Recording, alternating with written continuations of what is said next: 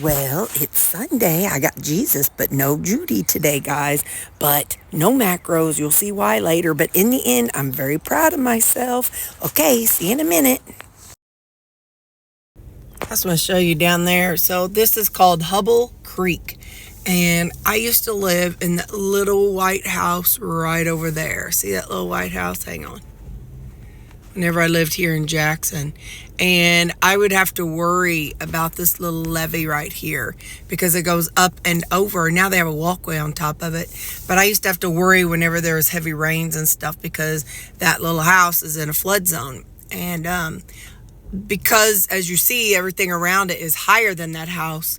So I used to have to walk out and there would be a lot of water, just standing water in my yard and stuff. But there were a few times that the water was almost over this levee, and I'd have to worry. But what it would do is it would go over. The rain would go over this levee. On the other side of here is a baseball field. And so I'm looking to see if we could see, there is that yellow thing that goes around. That's the top of the fence. And so debris, limbs and stuff would get stuck over there. So anyway, so yeah, that's where I used to live. And during rainy days and rainy seasons, I had to worry. Since it's not raining hard, I know this is down. I guarantee you that it was up right about here yesterday and all the rain and stuff. So, because this is kind of part of the drainage system here in Jackson. But anyway, yeah, I just wanted to see how this poor little house was doing on my way to church this morning. There's no one behind me, so I'm just going to go real slow. You can see the other side of this levee. And like I said, then there's the baseball diamond. And then there's the little house, and I had to watch out for storms and stuff. But yeah, so that's where I used to live. And I used to hate it because people would park in front of the driveway. We're going to go to church this way.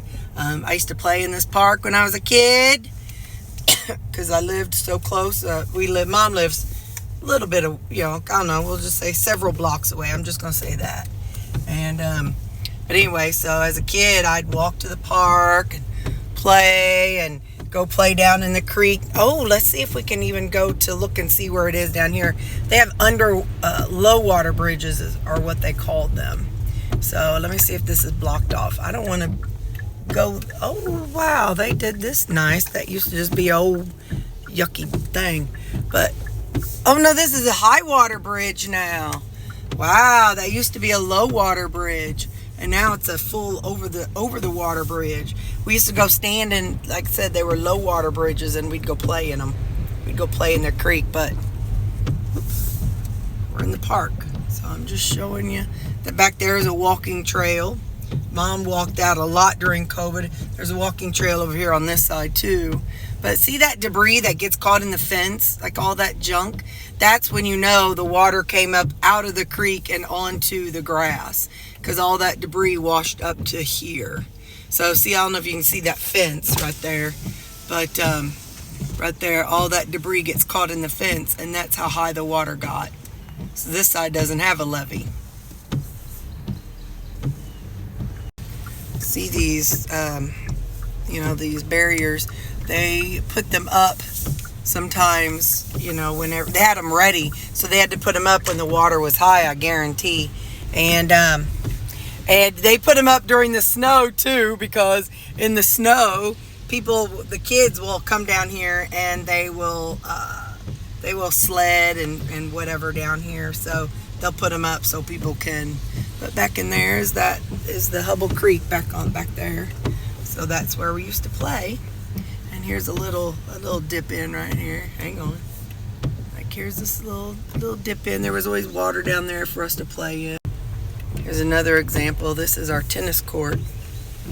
And see the debris. Hang on, let me zoom in. See the debris that's stuck all in the tennis court? That means the water came up over the ledge over there of the creek. Again, there's no levee here, but that means the water came up over that and got tangled up in that. I see hang on, let me turn these things off. I see a tree down over there. I got to get to move on. I got to go to church. Hang on. There's been people out here. Look at that tree that fell. Look at the roots of that big thing. But anyway, so it looks like people have been down here working already. They're gathering up stuff but yep. All right, you guys. Done in the park. Oh yeah, look, there's the water down there. See there, right there.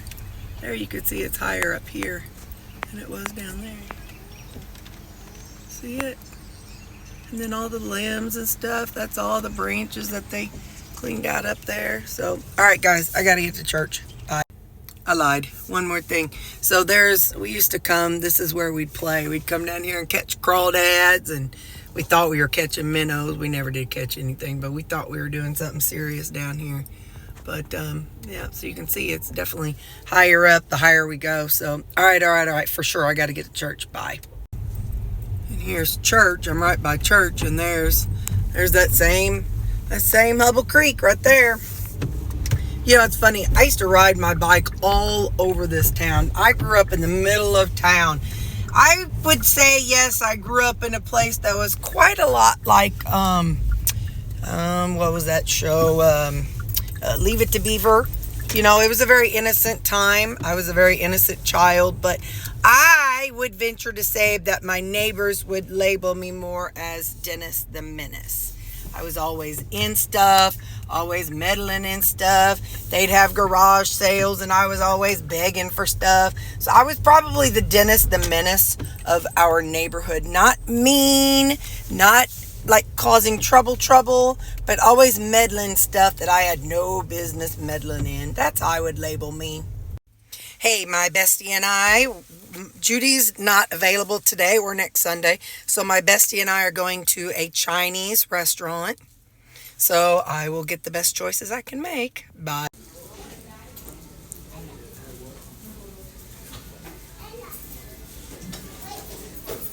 No rice, but extra veggies instead. Try onion soup and a salad.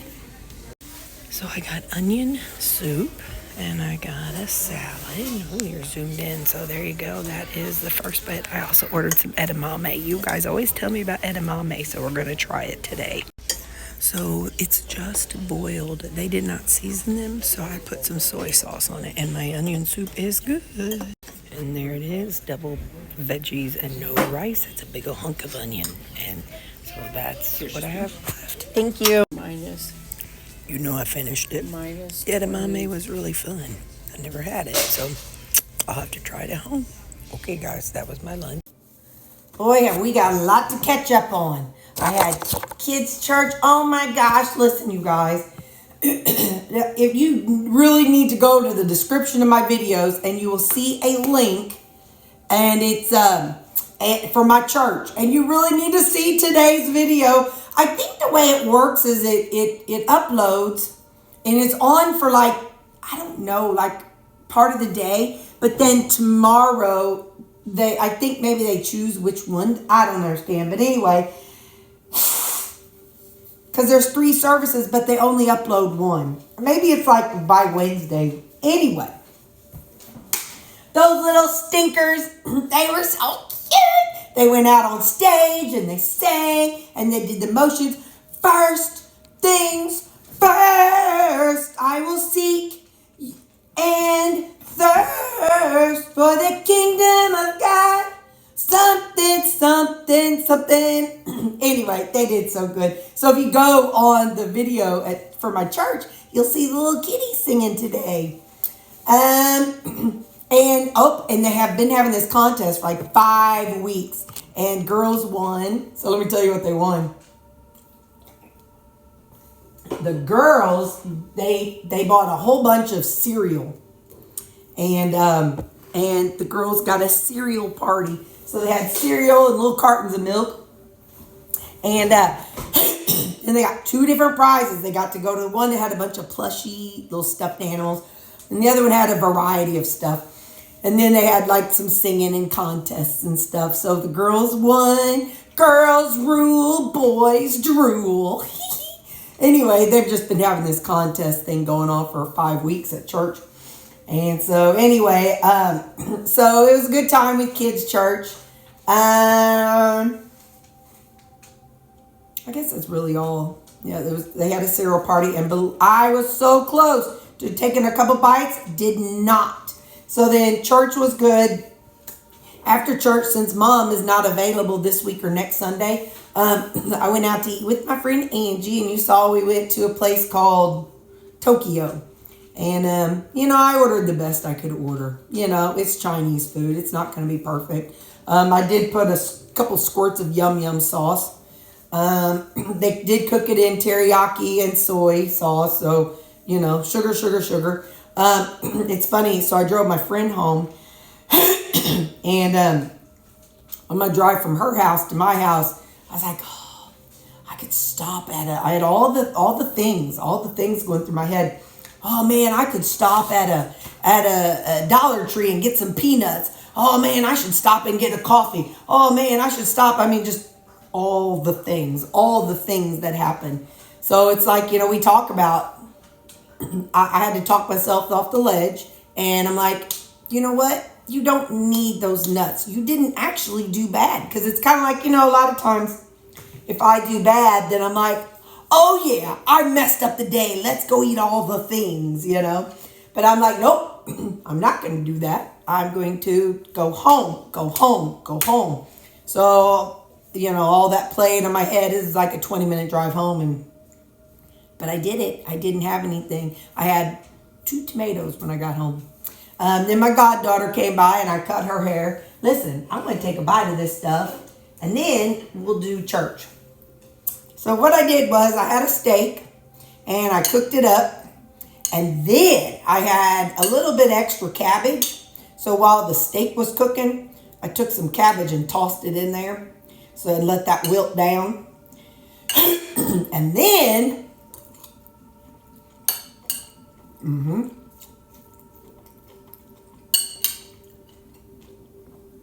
Then, after it was all done wilting, I pulled the steak out to let it rest, and I added some water in there, kind of deglazed the pan a little bit, and then I poured the water out, but all those flavorings and bits that were on the bottom of the skillet is down inside the cabbage. So yeah, buddy.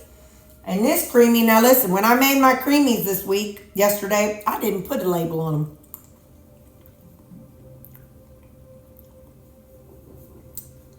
One was cookies and cream.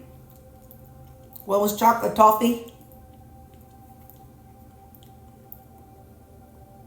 I think this is pecan sticky bun. But then with that mix, the mix of the Equip Primes, because I mixed the vanilla, peanut butter, and I think that's cookies and cream. I don't know. Anyway, but it's good. So that's my supper. By the way, no electrolytes for supper last night or the night before. I didn't have any cramps.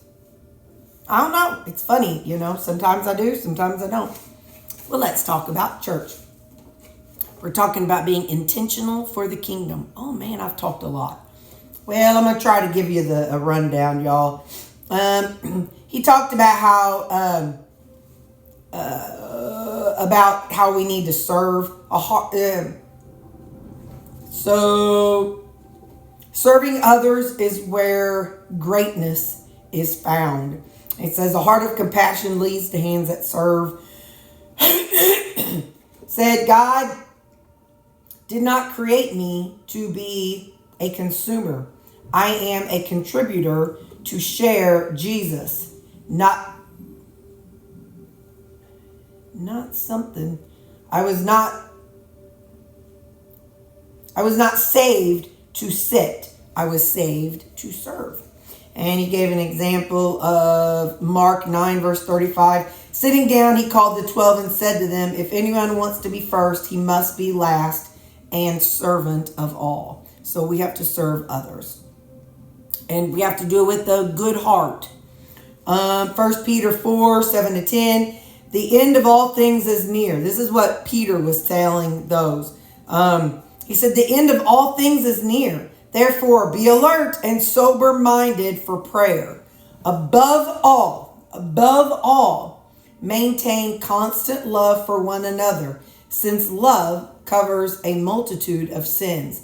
Be hospitable to one another without complaining. Just as each one has received a gift, use it to serve others as good stewards of the varied grace of God. He said we need to live every day with urgency because Jesus is coming. We're closer to him coming now 2,000 years later than Peter was. So we really need to live with some urgency, and our motivation needs to be love, and we need to bring others to Christ as well as much as possible. Then Jesus said, by this everyone will know that you are my disciples if you love one another. So it's right there, black and white. We need to love one another. The other intentional way of serving, the hands of service are a gift of God's grace. So by us serving, our hands and serving others is a gift of God's grace. So then I'm supposed to read verse 10 above. Just as each one has received a gift, use it to serve others as God's stewards of the varied grace of God. So in other words, we received a gift of God and we need to use it. Serving others is an act of worship. Serving others is serving Jesus. Ephesians 2 verse 10. For we are his workmanship, created in Christ Jesus for good works, which God prepared ahead of time for us to do. Matthew 25:40. And the king will answer them, truly I tell you, whatever you did for the least of these brothers and sisters of mine, you did for me, for Jesus. So hands of service glorify God by honoring others. He said we need to lift others up and do it with a good heart and help others and serve others. John 13 verse 12 to 15. When Jesus had washed their feet and put on his outer clothing, he reclined again and said to them, do you know what I've done for you? You call me teacher and Lord, and you are speaking rightly, since that is what I am. So if I, your Lord and teacher, have washed your feet, you also ought to wash one another's feet. For I have given you an example that you also should do just as I have done for you. And the pastor said, it's not our tradition in today's day that now we need to wash each other's feet. He said that Jesus, he also pointed, so anyway, he said, now we don't need to come into church, but he said back then everybody had open-toed sandals, or if they even had shoes at all. And so owner of the house, they had their servant wash other people's feet. Here, Jesus was the host, and instead of having a servant wash their feet, Jesus washed their feet. He said he even washed Judas's feet. So how about them apples? He knew what Jesus had done, or what Judas had done, and yet he still washed Judas's feet. Can you imagine washing your biggest enemy? Like me, my ex-husbands were not my enemies, but I can't imagine kneeling down and washing both of my ex-husband's feet after, we didn't stay married. You know what I mean? Or somebody who beat you up as a kid. Can you imagine getting down on your feet? Somebody who fired you. Can you imagine getting down on your feet and washing, or getting on your hands and knees and washing their feet? Jesus washed all their feet as a servant, and we are to follow his example. No one is too big that they can't serve others. Our big takeaway, Jesus calls us to a life of service, he said a life of service, not serve us. Good play on words there, Pastor. So Philippians 2 verse 5 to 7, adopt the same attitude as that of Christ Jesus, who existing in the form of God,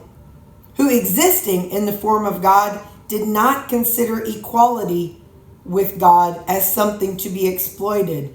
Instead, he emptied himself by assuming the form of a servant, taking on the likeness of humanity, and when he had come as a man. So in other words, Jesus, He talked about how he, in order to get down on his hands and knees and wash his feet, he would have to disrobe his outer clothing. And he said Jesus also disrobed himself as God. And he disrobed himself and put on human form and served others. So that's what service is about. What Jesus did physically, he did spiritually. He put on the robe of humanity and left his robe of being, life of luxury, sitting up on the throne. Not life of luxury, but So anyway, so that's this week. Hang on. So that's what we need to do. We need to focus on the world outside of us. And it's like he said, we're closer now to Jesus coming. And he said we as the Christians need to try to bring others to God and Jesus. And he said, Jesus, if Jesus comes down today, he said we need to be like, hang on, Jesus, just give me 5 more minutes. I'm really working on this one right here. So that's what we need to do. We need to serve others. So with a loving heart. Sometimes I serve begrudgingly. I know it. Sometimes I'm like, oh, God, I really don't want to do this. But I do it anyway. And I know I'm like, God, help me have a better heart. And that's okay. He knows we're human. He knows we're not just perfect, So anyway, all right. I love you and I'll see you tomorrow. I don't have macros today. Bye.